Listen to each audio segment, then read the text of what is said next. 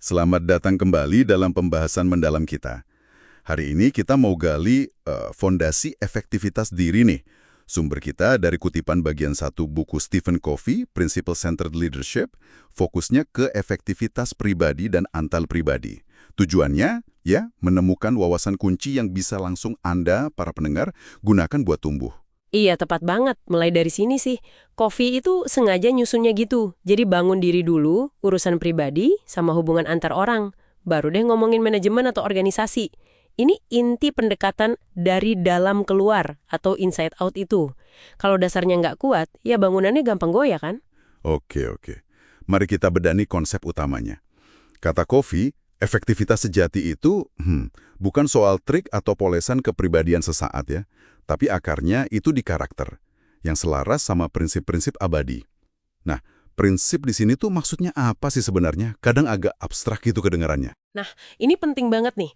Prinsip itu bukan sekedar nilai pribadi yang bisa kita pilih-pilih atau ubah seenaknya. Covey ngelihatnya itu kayak hukum alam, tapi di dimensi manusia. Kayak ya keadilan, integritas, kejujuran gitu loh. Coba bayangin kayak kompas deh. Dia kan selalu nunjuk utara sejati ya. Nggak peduli cuaca lagi gimana atau kita maunya kemana. Nah, ngikutin prinsip itu ngasih kita stabilitas, arah yang bener.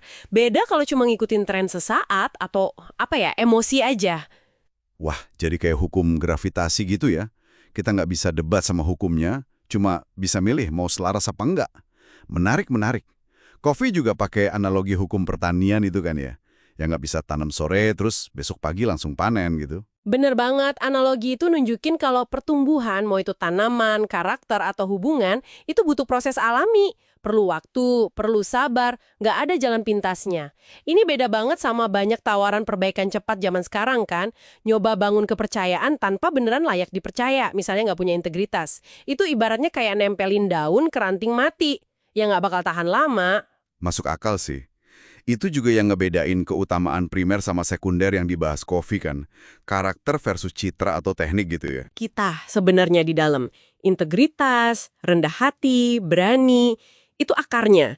Kalau keutamaan sekunder, lebih ke yang kelihatan di permukaan. Status sosial, jago ngomong, populer, dua-duanya bisa aja penting, tapi Covey ngingetin, kalau fokus ke sekunder, tapi primernya nggak dibangun, ya fondasinya lemah.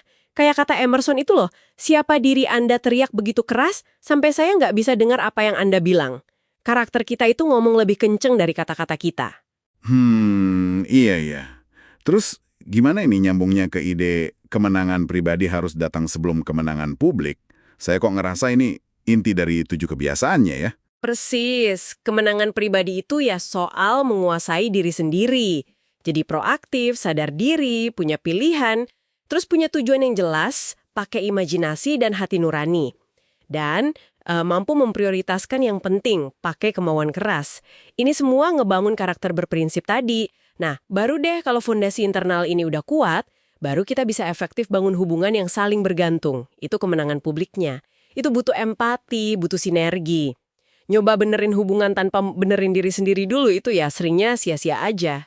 Contoh simpelnya mungkin kayak janji ke diri sendiri kali ya. Misalnya nih, bangun pagi tepat waktu.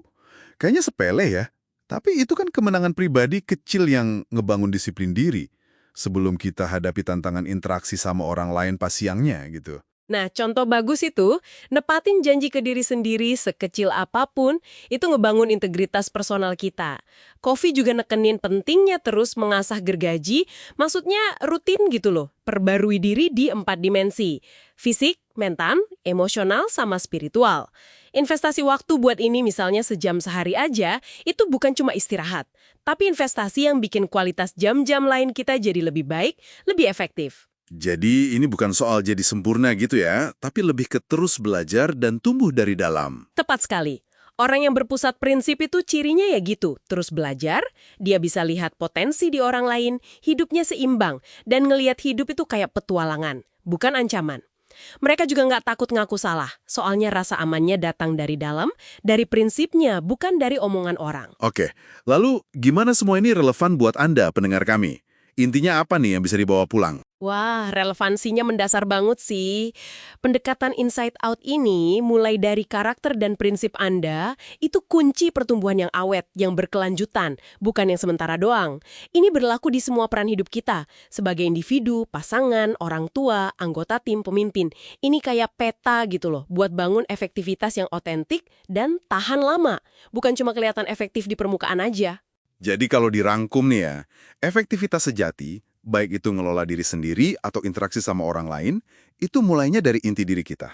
Dari karakter yang kokoh, yang landasannya prinsip-prinsip universal, kayak integritas, keadilan. Ini fondasi yang ya nggak bisa di-skip gitu aja. Betul. Dan mungkin sebagai penutup ya, satu hal buat Anda renungkan. Covey kan nekenin banget urutannya. Pribadi dulu, baru publik. Coba deh, bayangin sejenak. Gimana kalau Anda bener-bener geser fokus utama Anda untuk sementara waktu? Bukan ke masalah di luar atau benerin orang lain, tapi fokus ke dalam dulu. Mendefinisikan dan nyoba hidup selaras sama prinsip-prinsip inti yang paling Anda yakini. Kira-kira perubahan mendasar apa ya yang mungkin mulai terjadi dari dalam diri Anda sendiri?